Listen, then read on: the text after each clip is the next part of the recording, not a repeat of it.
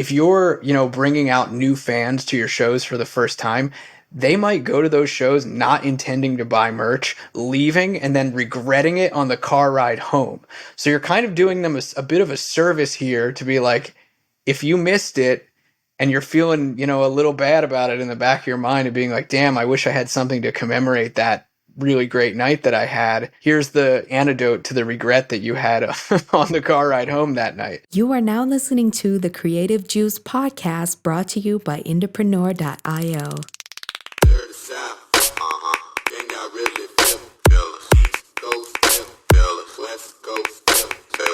What's up, Indies? Welcome back to the Creative Juice podcast. This is episode 272, and we're going to be getting into music marketing topics and strategies on today's show. I'm your host, Jack McCarthy. With me is my awesome co-host, Mr. Kyle Circo Lemaire.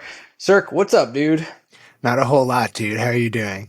I'm good, man. I'm pretty excited about this topic today because I think it's something that a lot of artists kind of universally find themselves in at one point or another in their career.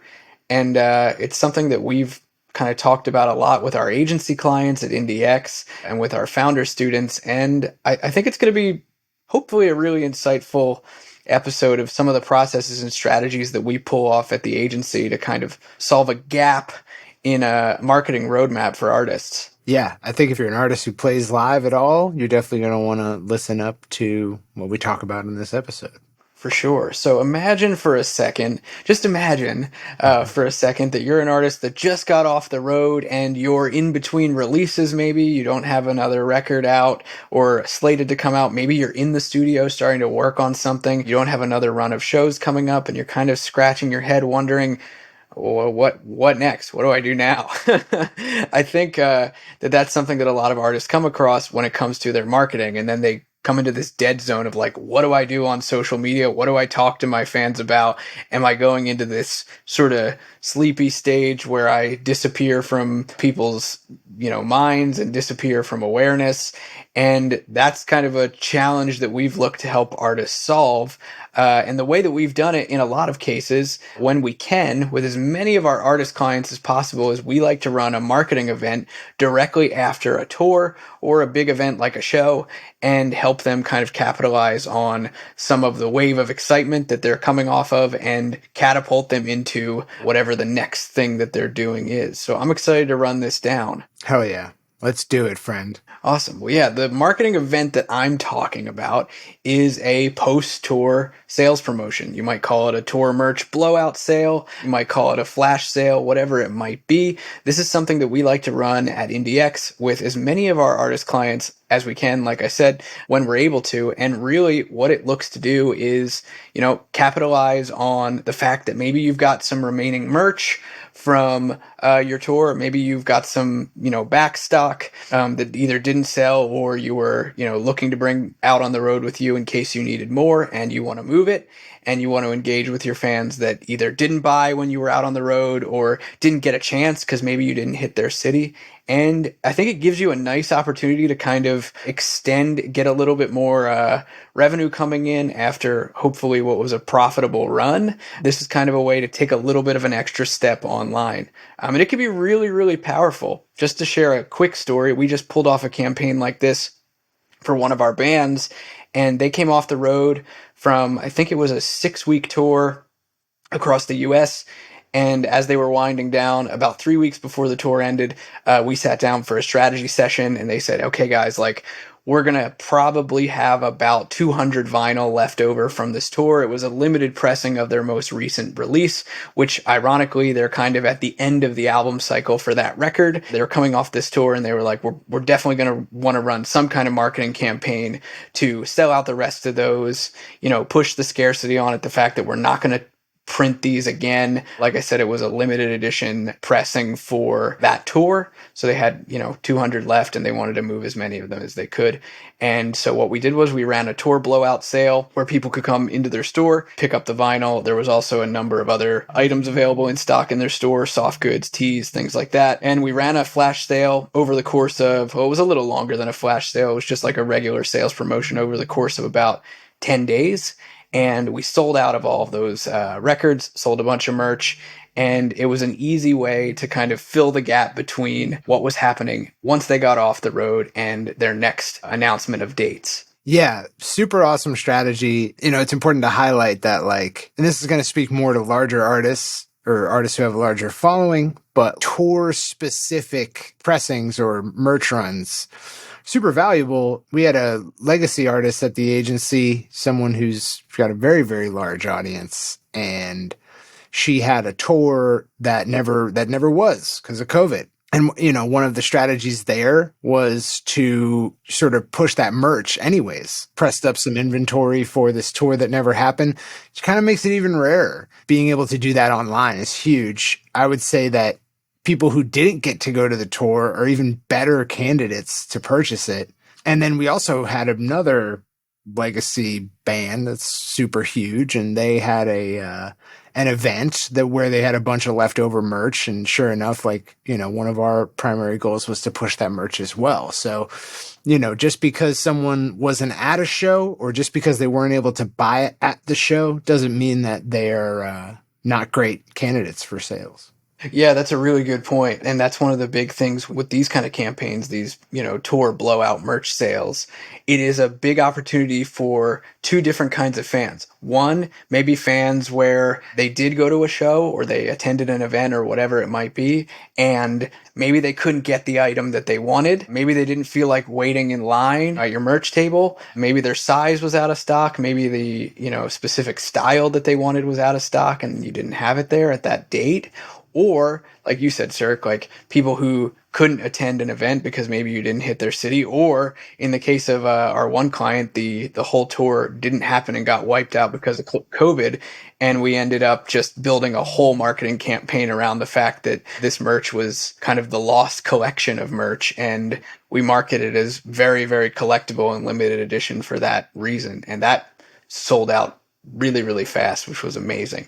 So a different spin on this campaign. And I guess this is a good sort of opportunity to say there's a million and one ways to sort of skin this sort of promotion. It doesn't have to be like a blowout sale. You don't have to call it that. There's so many different ways that you can phrase it, so many different, you can market it around the idea of it being a certain piece of merch, a certain item, a certain bundle. It can be happening to coincide with the end of a tour. It can be happening to coincide with the fact that a tour never happened. There's so many different ways to get creative about how you put these sort of campaigns together. But we really like to hone in on like the post sale or the post tour rather opportunity, just because it's so often like a gap time where it's like, oh, we don't really know what's happening next. I can't tell you how often we see that. Yeah, it's kind of important to note, just that you can phrase it any way you wish. Obviously, the easy thing to do here, if you have inventory that's excess, is to call it a clearance sale. Right. Just call it what it is. Like, we have inventory that we want to get rid of. But, you could phrase it as a thank you for the tour. You could phrase it around recapping the tour. There's a lot of different ways to provide a narrative for the sale. A lot of sales promos, if you don't know, like, it's best to have a reason you're doing this sales promo, some kind of excuse or some kind of easy mnemonic way to, remember that it's going on and why it's going on. We did an episode on that probably about 2 or 3 months back, where we talked about never needing a reason to sell again, and how like it's so easy to create relevance around a sales promo. I'll link to that in the show notes so that you guys can check it out if you haven't heard that episode, because I think it was a good one that kind of unpacks that idea a bit more. But yeah, that's so true. Yeah, I mean, in one sense, like, the reason is unimportant because, it could be anything. In another sense, without a reason behind a sale, you're sort of just like reporting numbers. You're just like, these items at this discount for this time, which is sort of boring. We're narrative driven animals, so we like a story. But there's lots of different, reasons you could give, rationales you could give for a post tour, or for those indie artists out there who are more just starting out and are only having live shows, no tours, post show sale. And facilitating that is kind of what this episode is about. I'd love to learn from you, Jack, sort of like the practical game plan, the step-by-step, sort of like what someone needs to do to get this going for a show or a tour. For sure, yeah. So, I mean, I think the first thing that I would look to do is set a timeline in place. So, if you're coming off the road or you're on the road right now, maybe you're listening to this episode on the road. That would be pretty cool.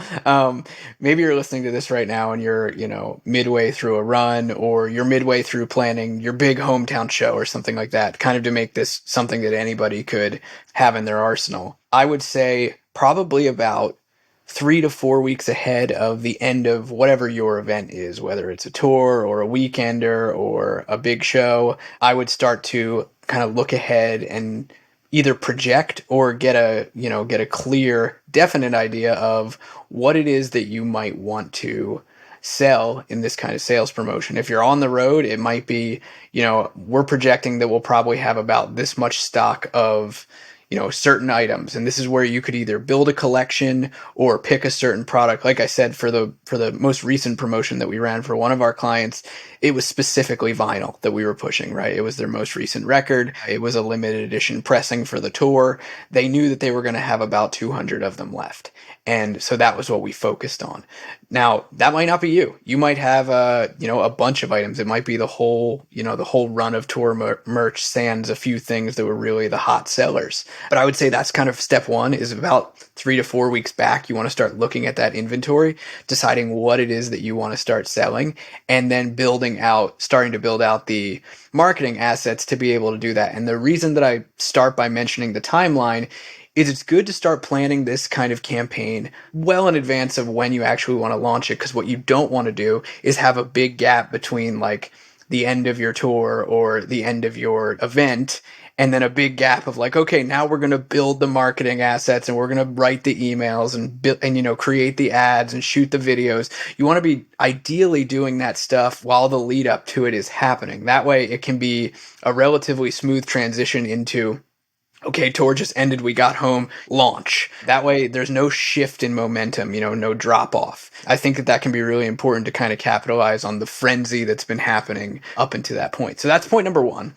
And then point number two is, I think for this kind of campaign, running like a 10-day sales promotion, 7 to 10 days is usually a pretty good kind of cadence to allow you to build a number of emails in. A lot of this is driven by email marketing. So taking stock of your email list and seeing where that's at, kind of segmenting out and deciding who you want to reach in this. I think that this is actually a really great campaign setup to be working to reach either all of your customers or as many of your subscribers as you can, including people that, might have attended your shows. I don't think excluding them is something that you should do in this kind of promo, because like we were talking about, there's likely people in those audiences that either didn't get the thing that they wanted, didn't think about buying merch the night of. I mean, here's an interesting one, especially for growing artists. If you're, bringing out new fans to your shows for the first time, they might go to those shows not intending to buy merch, leaving and then regretting it on the car ride home. So you're kind of doing them a bit of a service here to be like, if you missed it, and you're feeling, a little bad about it in the back of your mind and being like, damn, I wish I had something to commemorate that really great night that I had. Here's the antidote to the regret that you had on the car ride home that night. Yeah. I mean, when I was in high school, I was always hitting the merch table at a show. As I got into college, like that happened less and less, because you're arriving with friends, you're getting drinks, you're in lounge areas. Like it's not, I don't know, it just became less of a common behavior. But if I got follow up after the fact, like the last show I remember, like the last non-local musician show that I went to was probably Bright Eyes, and I definitely didn't buy merch. And I wasn't even thinking about it, but if they had hit me after the fact, I probably would have. Connor Oberst, if you're hearing this and you want us to help with your merch sales after tour, Sends me enough emails through Bandcamp. yeah, we'd love to hear from you. but but yeah, just to say that, or don't, assume that people will be annoyed. Don't assume that they're not interested.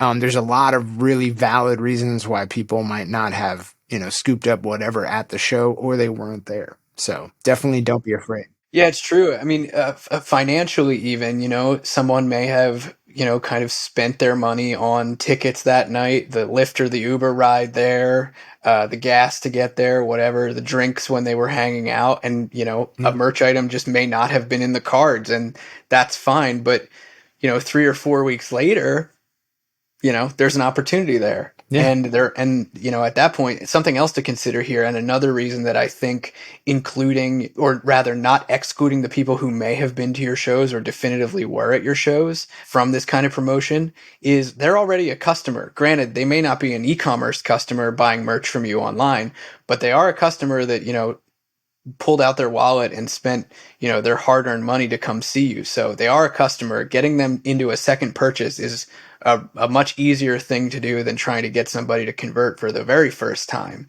So there's a lot of opportunity there. So I say all that to say, look to identify who you want to be emailing, and email is a big part of this. You can also include text message marketing, SMS marketing if you want to in this sort of campaign. It's kind of just like an omni-channel setup.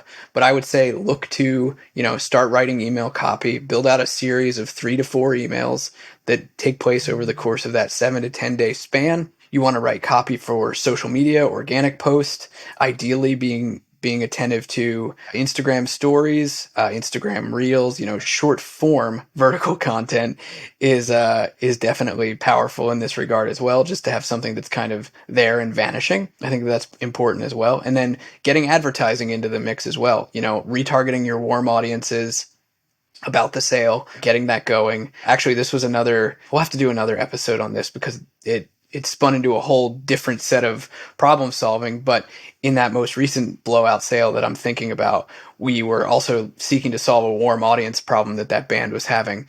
And so we were definitely retargeting their warm audiences, their engagement, their Instagram engagement, their Facebook engagement, their email list, their video viewers. We were retargeting those people directly for sales in this campaign, and it panned out really, really nicely because the messaging was right on point with the right offer at the right time. So getting that in your stack as well, writing ad copy, putting together ad creatives, and building your campaigns, having all of that kind of set up in that period of time, which is not that, again, another reason that I mentioned giving yourself enough time to do this, because for a short campaign, it can take, a good amount of work to get you ready to go. But once you have that stuff going, you'll be geared up and ready to launch. Let's slow it down and kind of break that down for you. For number one, that I think we should stress to those who aren't already, doing this, is that like contact capture at shows is such a huge opportunity if you're doing shows or touring. You have an opportunity to multiply your contact list of fans by doing so. One of my favorite ways to do it is just to allocate a piece of content, usually a song, that is exclusive to, those on your email list or those on your text list, to be sent out, once your tour wraps up or after the show. And so you can communicate that at the show from the stage or with signage, and have a link for people to follow, sign up for the newsletter or sign up for my list. And, I'll send out this thing that like isn't available anywhere else. It doesn't have to be a song, but that's ideal just because, you have a captive audience of fans who like your music. So it's like the best bait. And so then you're getting that contact capture. On top of that, and just in terms of creating the audience that we're actually going to reach out to, we have I should plug here, because in IndiePRO, we've just released our brand new refactored version of our Selling Tickets for Live Shows training.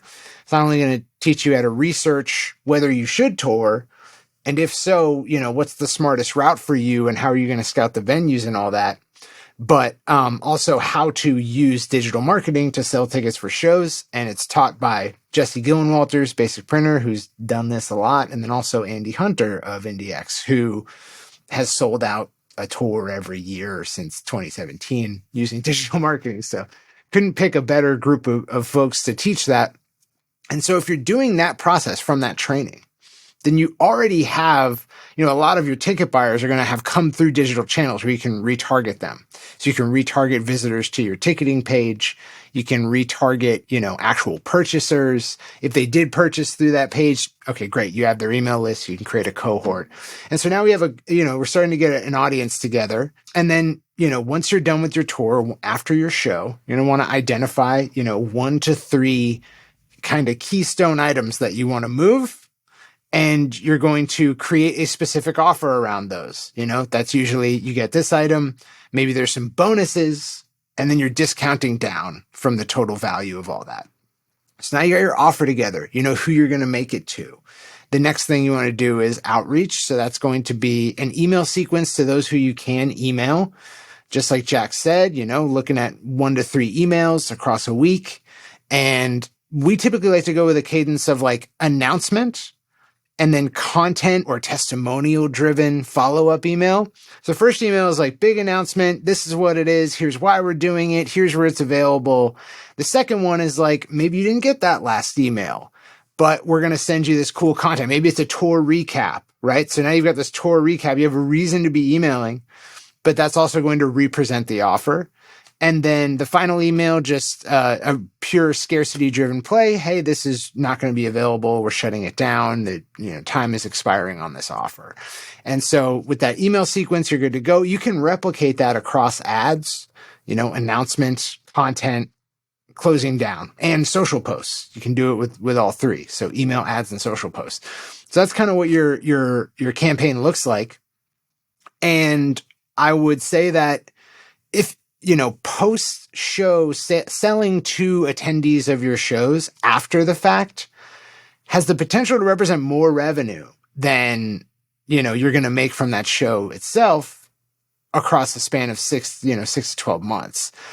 And, we're in an era where touring is getting harder and harder. This past year, we had tons of people just like rage quitting their tours because of, oil and gas prices and the cost of labor and just everything's, like people who tour are getting squeezed.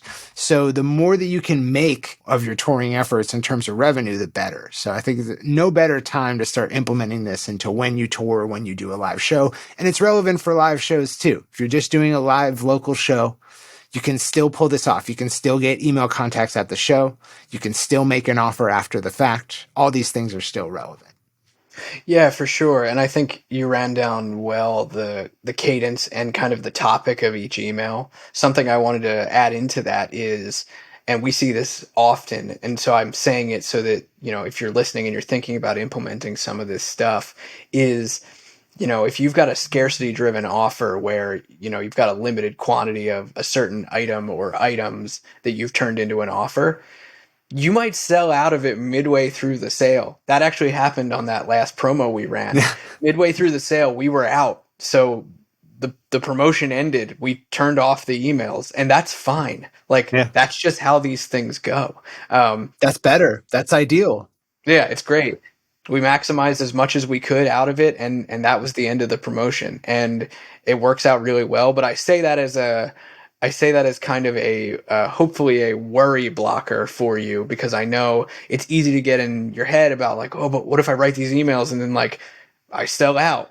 Well, don't worry about it. It's all good. Yeah. You turn the marketing off and you won the sales promotion. Congratulations. You win at sales promotions. That's what that means. And you can always say like, hey, we sold out of this. They're no longer available. Well, number one, that adds actual skin in the game, actual, oomph to any urgency play you make in the future.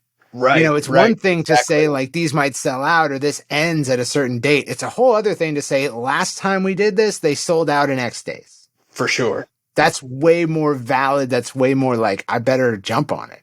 So don't be afraid of that. Embrace it. Yeah, it's so true. That adds teeth to every offer that you'll make in the future after that. Teeth, that's the word I was looking for. It's so good. It's actually a really interesting point, because I think it's something that artists have a tendency to run away from or be afraid of, where it's like, oh, but if I run out of stock, I'll have fans that are mad. It's like, no, if you run out of stock, you'll have fans that are going to go mad the next time that you run a promotion. They're going to rush in. You really should consider that psychology going into a promotion, is that like, I'm not just saying go check it out now to like say words. I'm saying it because there's a very real possibility that you might miss out. So go into it thinking that like, if you are fading your own scarcity and urgency, don't. We've had offers before sell out of available seats and have to open up more or have to shut it down early. It just happens. It's kind of part of the game of selling. And I think it's a helpful reframe to be like, that's not a bad thing when that happens. It's a good thing, especially in these limited time, sales promotions or flash sales. It's okay to have that happen, because those kind of urgency plays, especially if they're based on time, like you can't keep saying last chance forever if something's not actually going to run out, you know. Yeah. You're going to run out of supply one way or another, because even if you wanted to keep ordering more, there's going to be a lag between when you get it in your door and start sending it out. So I think that that's helpful, a helpful reframe and good to keep in mind. But Yeah. this is kind of the process that we like to endeavor to do with as many of our artist clients as we can, just because it's so effective. It's such an easy win in a time where, again, people tend to drop off from their fans and sort of go into like disappearing act mode, Yeah. where they just kind of go silent for a while. And instead of doing that, why not do something to get your fans hyped up and excited, especially the ones, and I don't think we talked about this enough yet. You know, we've talked now about the fans that did come to your show or shows, but we haven't talked about the ones that missed out, you know, like there's 100%. probably a good number of them that you didn't plan a date in their city. And so giving them an opportunity to be a part of it, this can be really powerful. Yeah. I also like, we're going over, one reason in a given year to actually put an offer in front of your fans. Now, the average fan to a Hot 100 musician is worth maybe $10 a year. Maybe. A lot of them are worth 40 cents a year, right? In terms of like the revenue it brings in to actually have that person be your fan. And that's not, a knock on them. It's just that artists of that scale give so few opportunities for fans to support their career monetarily. As an Yeah. indie artist, you can't afford to like neglect, the revenue potential of a fan in the way that they can. You're much more like a small business where you have to maximize the revenue potential of each customer. And so really mathematically putting together, how do I get to $40 per fan per year? How do I get to $100 per fan per year, the 1,000 fan model? It's with as many of these little, promotions along the way as possible. This one's just particularly potent because they either just saw you live, which is like an enamoring sort of experience. It tightens the bond, but there's a real valid reason you have exclusive product and they very well may want it, or they didn't get to go to the show and this is their way to connect, outside of it. So, as much as I'd love to say, like, don't ever sell to your fans, like, just give them content and don't worry about it. Like, as an indie artist in a small business, like, you really should be looking for the very valid, value packed, opportunities to make sales offers to your fans. And if they don't take it, like, that's fine. But if you're not making those offers as often as possible, then you're really assuming that you're in an economic tier in a position that you're not in. Yeah, well said. And I think, just to lean into that a little bit further, the event that we're talking about here around a live show, like you said, Cirque, it's an enamoring experience. Some people, I mean, fans come out of concerts. I've come out of shows and been like, that felt like a spiritual experience, Right. or like that was a religious experience. People talk that way. You might have fans that talk that way about your music. Maybe you've heard it, maybe you haven't. This is one of those opportunities where it's much stronger than, or it can be much stronger than just running a sale at Christmas or Mother's Day. Mother's Day just passed, so it's top of mind. Like, it can be much, much stronger than that because it's so intrinsically tied to you and someone's experience of your music. I mean, this is a whole nother topic that we could get into in a setting that was less and less experienced over 3 years, over the last 3 years. So people coming out of shows right now are especially charged up. Like, they might have, if who knows, this could have been their first time seeing their favorite artist in 3 years. Yeah. So they're going to be especially charged up. And another reason why you really can't afford not to do it is like margins are being squeezed on touring, but also independent artists are far more given over to charging like criminally low for their tickets, which like isn't a bad thing. Like, you shouldn't have to pay $100 to go see your favorite artist or whatever. But, some artists are charging $10 or, what have you. And Right. So there's just a big loss of opportunity. And then you add on to that, like the raw business mathematics behind touring, which is you have a very scarce product. It's not infinitely scalable. And so, the amount of effort you're putting into, like with a digital product, right? I can put all the effort into making it because reproducing it costs near zero, right? So I can put an inordinate amount of time and effort into actually creating the same experience for every user. But with a tour, you really cannot do that. And so all the business math is stacked against you with touring. And so you really got to kind of pull yourself out of the hole when it comes to touring. And so this is just a really great way to do that.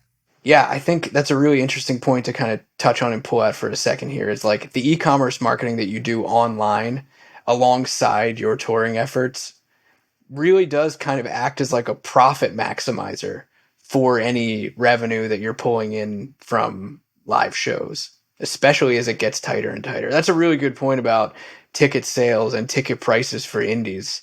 You might pay $100 to see, your Hot 100 artist versus an indie that you pay, $15 at the door or something. There's definitely there's a much thinner profit margin there for that artist to take home.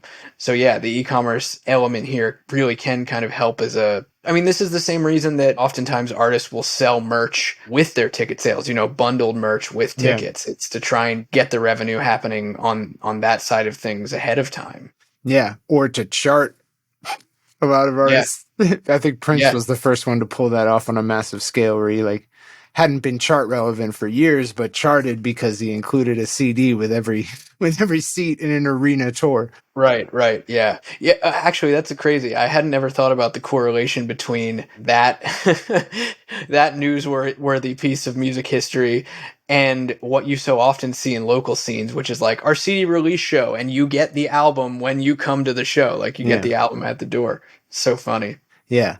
For those of you out there who are like, this is really cool and all, but I don't have a whole lot of shows or I don't tour, but you are building your audience. I would also, once again, recommend checking out on May 30th in IndiePRO, our May workshop. We have a workshop every month that teaches sort of a different skill. And the topic this month is using data, your data, to figure out whether it's the right time for you to tour. And if so, where and what's your routing. If this episode is less relevant to you because you're sort of pre-tour in this phase in your music career, definitely check that out because you might be in the right place. Yeah, absolutely. We'll leave a link to IndiePRO in the show notes so that you guys can check it out and so that you can check out the Selling Ticks training that Cirque was talking about.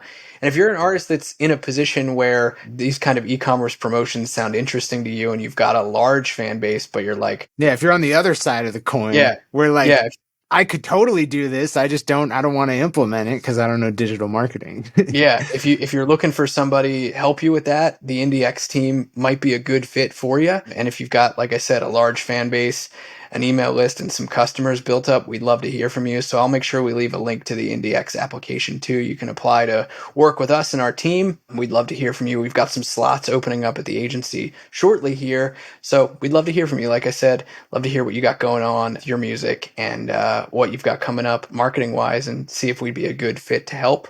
But I hope you guys dug this. It was kind of cool to unpack just one of the strategies that we pull off at the agency as often as we can. Like, it's such an easy win for so many artists that it felt like a crime to not talk about it on the show and kind of, open up the hood a little bit. So I hope you guys dug this and can take some of these lessons and use in your marketing day to day. Hell yeah. Yeah. Take this to heart if you're the type of musician that we were sort of referencing as this being a viable strategy for you. And see if you can implement, because it's nice to talk about this type of stuff, but we actually get to implement it for big artists all the time. And, if you're not implementing it for yourself, then you just wasted, a half hour. So go do it. For sure. Yeah. Don't waste this 30 minutes. We'll see you guys next time on Creative Juice. Thanks for hanging out. Peace out, Indies. East Coast, West Coast, say